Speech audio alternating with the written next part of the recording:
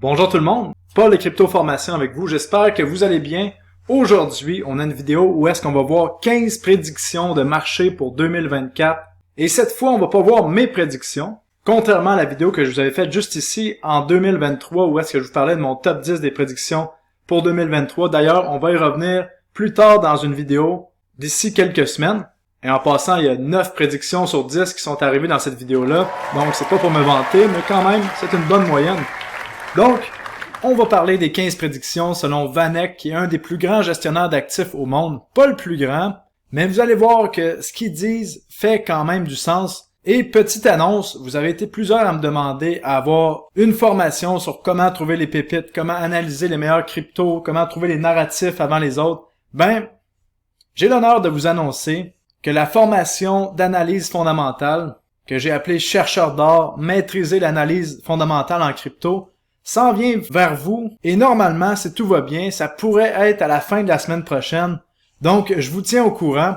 Et franchement, ça fait des mois que je travaille dessus. Donc, pour moi, ça va être un honneur de vous la présenter. Et ça va être la première formation que je crée depuis déjà plus de 2 ans. Donc, celle-là, ça va être vraiment un bijou que j'ai mis beaucoup d'efforts.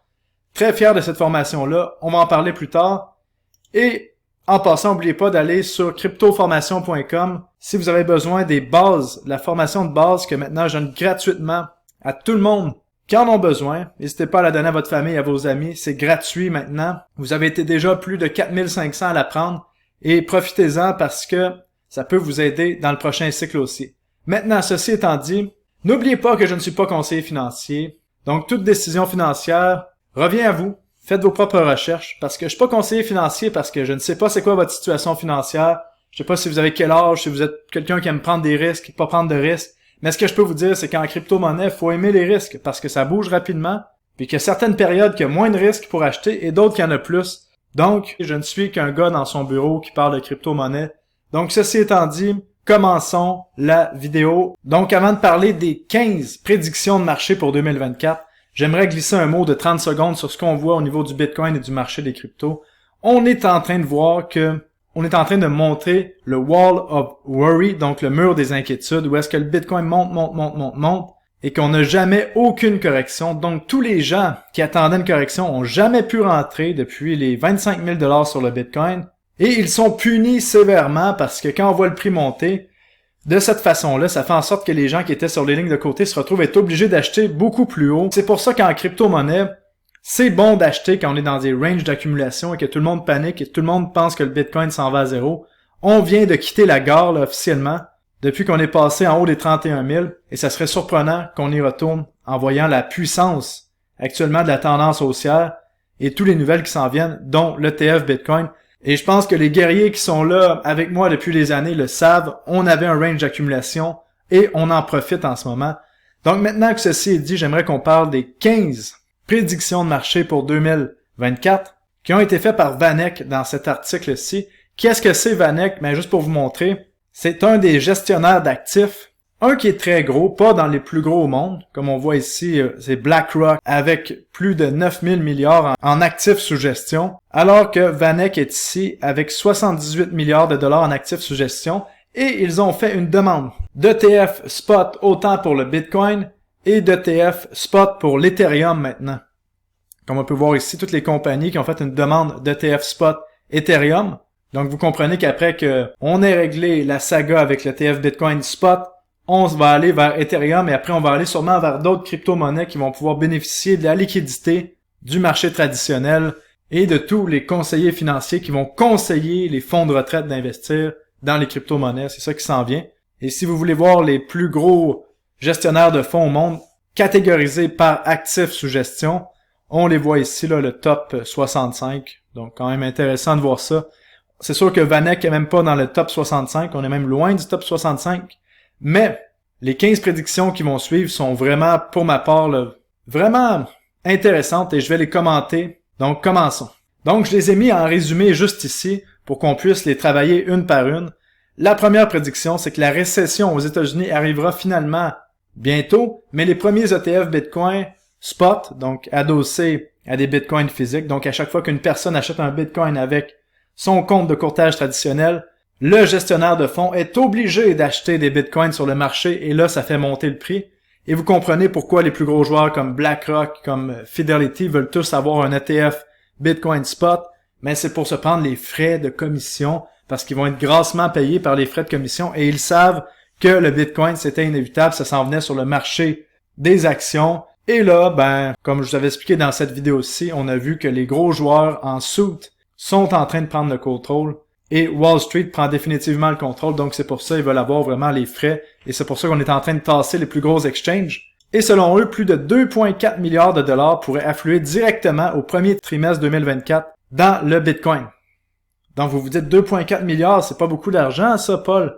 Mais je vous le dis, c'est beaucoup d'argent, et c'est assez pour faire monter le prix quand même significativement au courant du premier trimestre. Selon moi, je pense que c'est tout à fait possible d'avoir 2,4 milliards de dollars qui rentrent dans l'ETF Bitcoin Spot au premier trimestre 2021, et eux, ils comparent ça avec l'ETF sur le Gold, le GLD, où est-ce qu'on avait vu 1 milliard de dollars entrer dans le marché de l'or dans les premiers jours, et à la fin du trimestre, le premier trimestre de 2005, là, donc à peu près 4 mois après que l'ETF sur le Gold avait été lancé, on avait 2,26 milliards de dollars qui avaient afflué dans le prix de l'or. Et si on voit l'ETF GLD depuis ses débuts, est-ce que le prix de l'or avait augmenté dès le lancement de l'ETF sur le Gold? Pas nécessairement. Vous voyez, on s'est transigé de côté quand même pendant plusieurs semaines, puis après, c'était la grande montée. On est allé dans une seule direction, comme vous pouvez voir ici.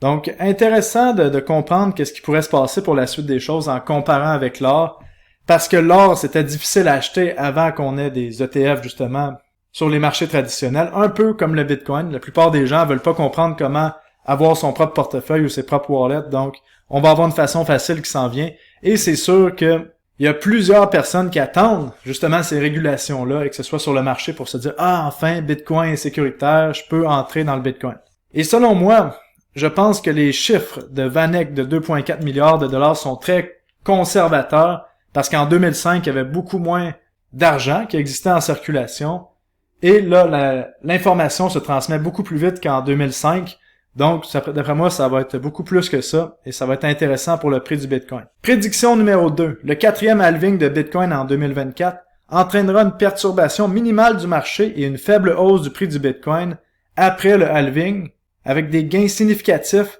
pour certaines compagnies minières à faible coût, donc que ça leur coûte pas cher de miner un Bitcoin, parce qu'on le sait qu'un halving, ça veut dire que les récompenses par bloc sont divisées par 2, donc pour les mineurs de Bitcoin, c'est très difficile, parce que leurs revenus sont coupés en 2, donc c'est pour ça qu'il faut aller voir les meilleures minières de Bitcoin, où est-ce que le coût pour miner un Bitcoin est au plus faible. Et là, je vous en parle depuis très longtemps, là, de Riot, qu'on avait une belle période d'accumulation, à la fin de l'année passée.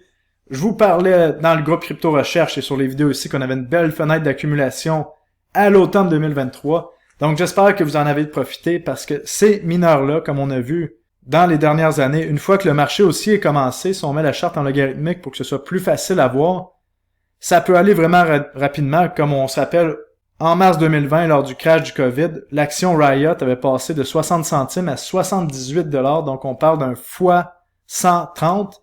Est-ce qu'on va avoir un autre fois 130? Sûrement pas, parce que là, les market caps sont plus gros, mais on peut avoir une performance quand même exceptionnelle, parce qu'on sait que d'avoir des minières sur le Bitcoin, c'est comme avoir un levier sur le prix du Bitcoin. Donc ça, c'est intéressant.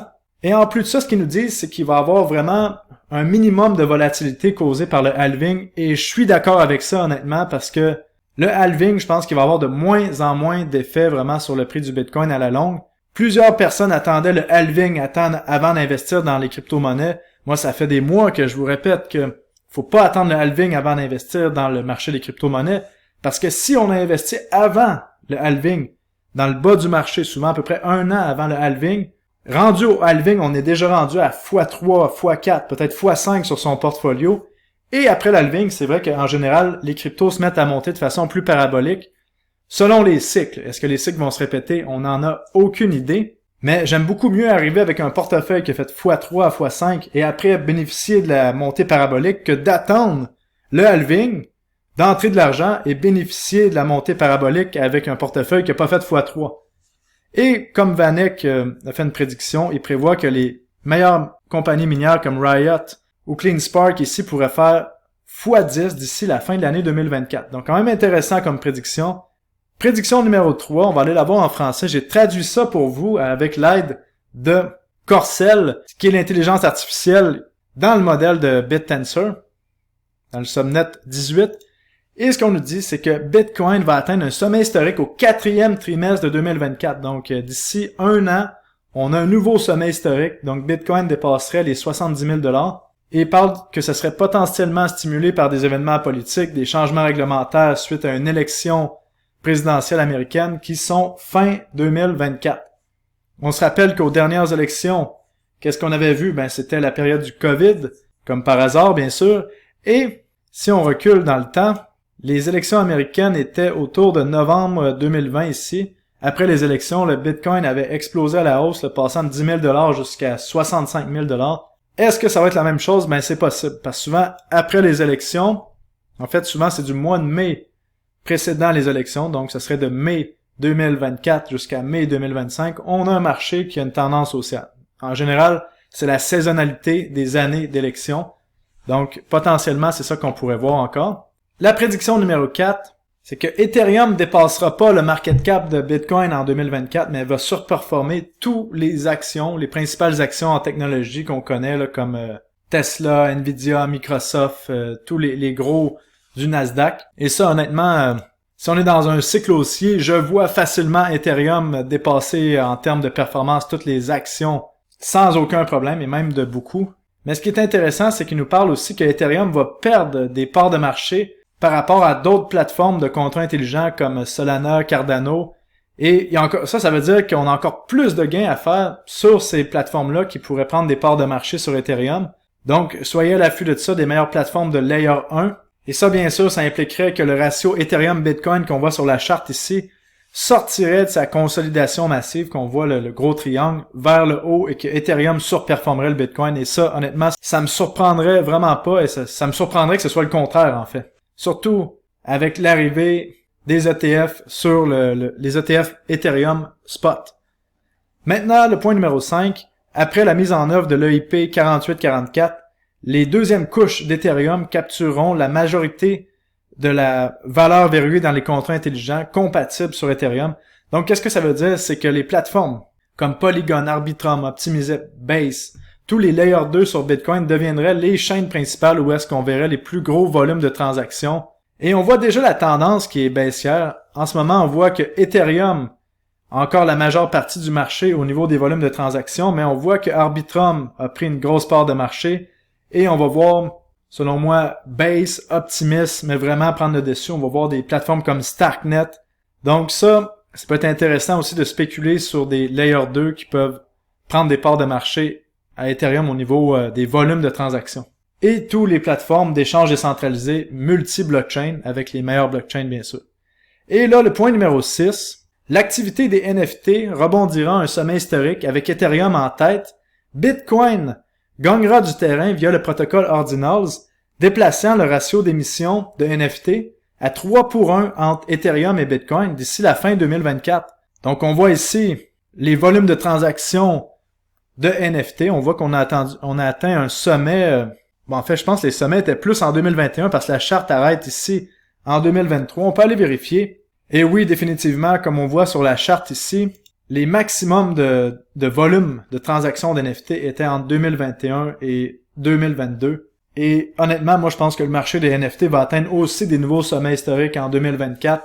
On n'a vu qu'une preuve de concept là, en 2021-2022, même si les NFT existent depuis des années. C'était 2021-2022 le moment du narratif. Et là, on va avoir une autre vague qui s'en vient dans le prochain cycle haussier.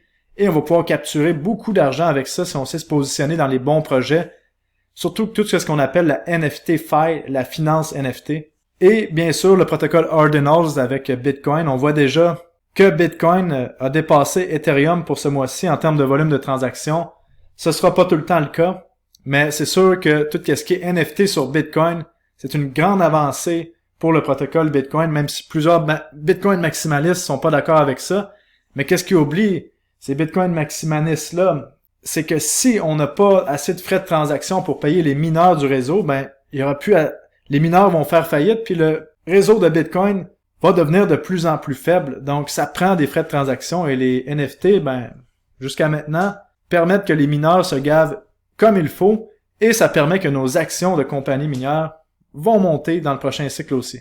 Maintenant, le point numéro 7, qui est intéressant, on en a parlé dans la vidéo juste ici que Binance se faisait tasser par les gros joueurs, mais ce que Vanek nous dit, c'est que Binance va perdre la première position pour le trading spot, donc des réelles crypto-monnaies, on parle pas des contrats futurs, au profit des concurrents comme OKX, Bybit, Coinbase, BitGet, et ils nous disent que le marché à terme de Coinbase pourrait dépasser un volume quotidien de 1 milliard de dollars. Le marché à terme, c'est les contrats futurs, avec toutes les régulations qui s'en viennent. Et ça, honnêtement, j'en doute pas. Donc, comment est-ce qu'on peut profiter de ça? Ben, encore une fois, comme que je vous le dis depuis très longtemps, là, c'est avec l'action Coinbase ici, que je vous parle depuis les 50 $, qui maintenant est presque à 150 $ et qui devrait dépasser son ancien sommet historique, là, quand ils ont fait leur IPO autour des 400 $ dans le prochain cycle aussi.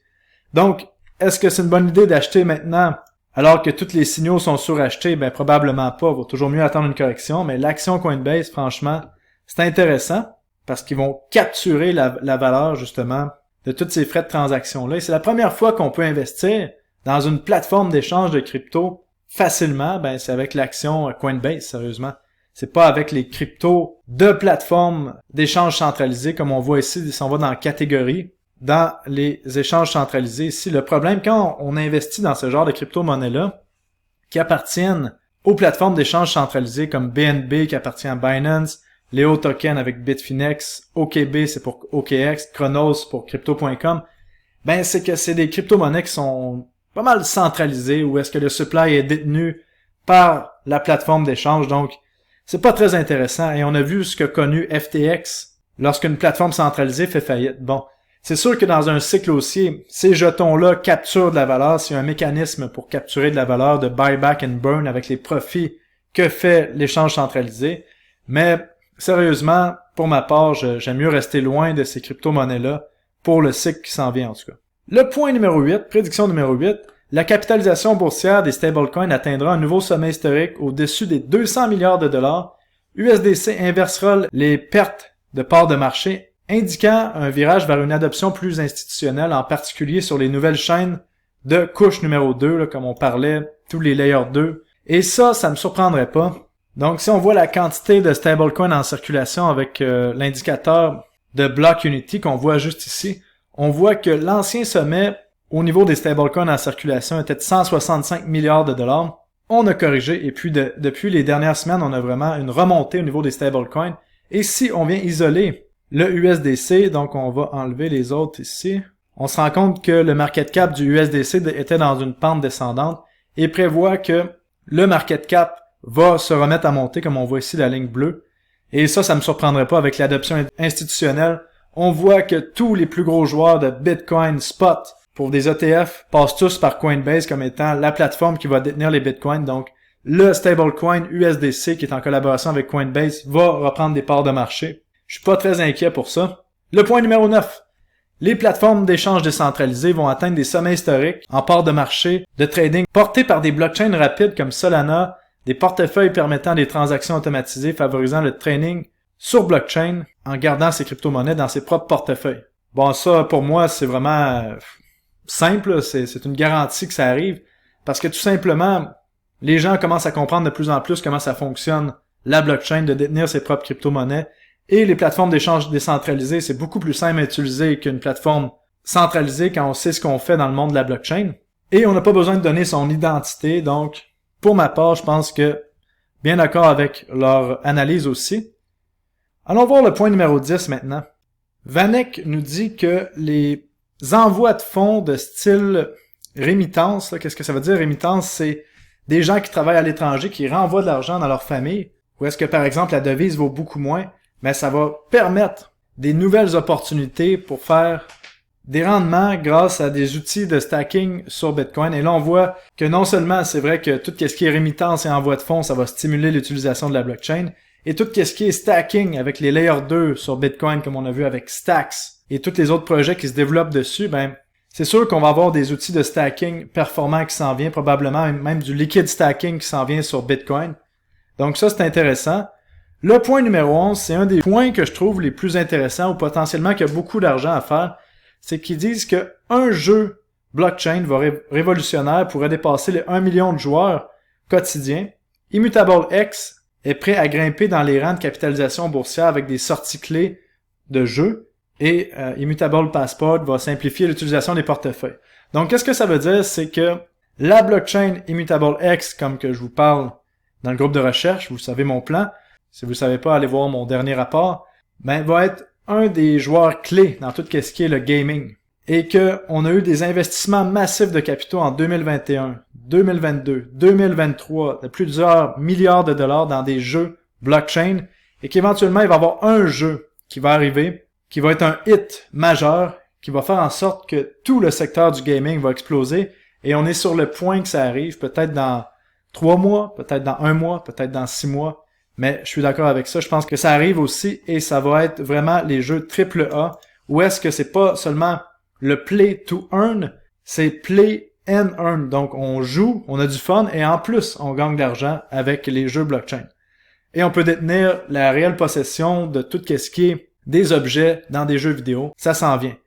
On a aussi le point numéro 12, où est-ce qu'ils nous disent que Solana pourrait devenir une blockchain top 3 en termes de TVL et d'utilisateurs.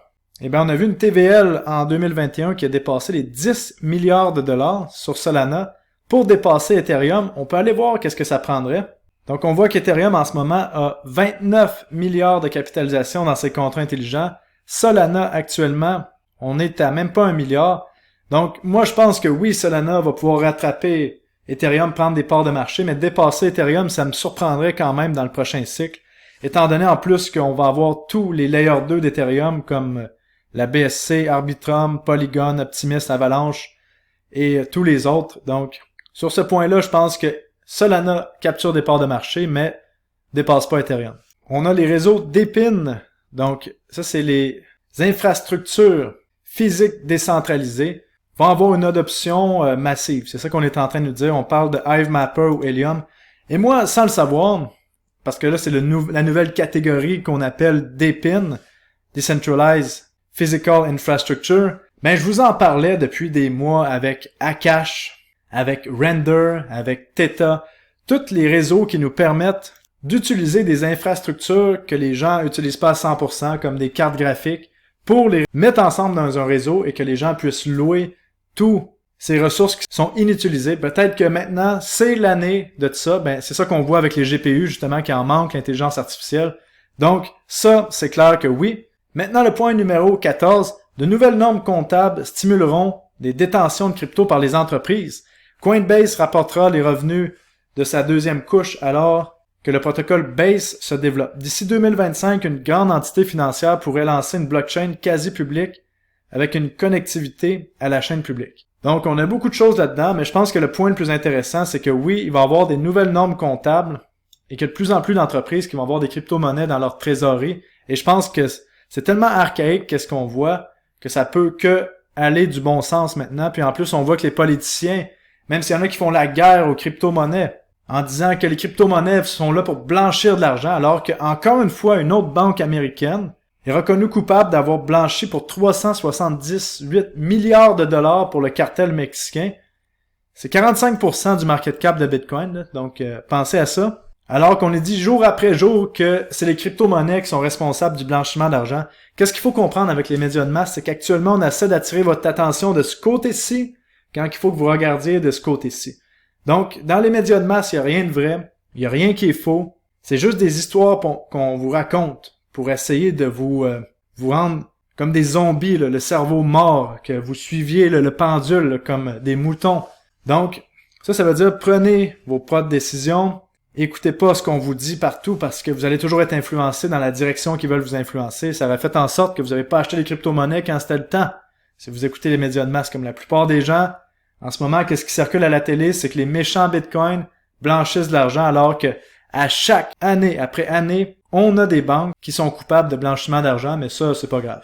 Et le numéro 15, des applications DeFi conformes au KYC, donc de donner son identification. Donc, je sais pas pourquoi on appelle encore ça finance décentralisée, menée par Uniswap, qui éventuellement, possiblement, il va avoir une obligation de donner son identité pour utiliser Uniswap, vont dépasser les applications sans KYC, attirant le volume institutionnel amenant les frais de protocole, puis ça pourrait faire augmenter la valeur du jeton Uniswap. Donc ça, c'est malheureux, mais je pense que c'est vrai que ça s'en vient sur la plupart des gros protocoles de finances décentralisées, là, je le mets entre guillemets, parce que c'est plus très décentralisé quand il faut donner son identité pour transiger.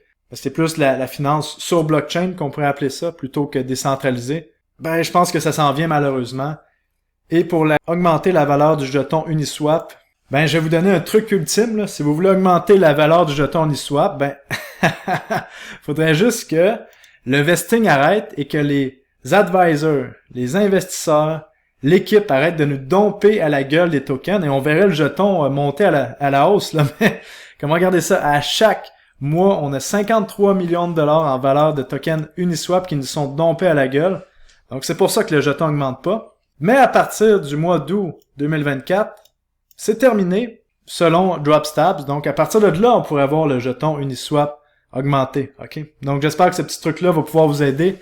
Donc, ceci étant dit, ben, c'était les 15 prédictions de Vanek pour 2024. J'espère que vous avez apprécié, que vous avez pu ouvrir votre esprit. N'oubliez pas de mettre un like et un commentaire sur ce que vous avez aimé dans la vidéo. Et n'oubliez pas d'aller vous faire un tour sur mon groupe cryptorecherche.com si vous voulez voir ce que j'achète, ce que je vends, parce qu'éventuellement, on va fermer le groupe au nouveau et on va le réouvrir plus tard en 2024 en augmentant le prix. Donc, on est dans les dernières semaines où est-ce que le prix est avantageux au niveau mensuel comme qu'on voit ici ou annuel. Donc, je vous dis tout le monde, passez une belle journée. À très bientôt. Salut. Bye bye.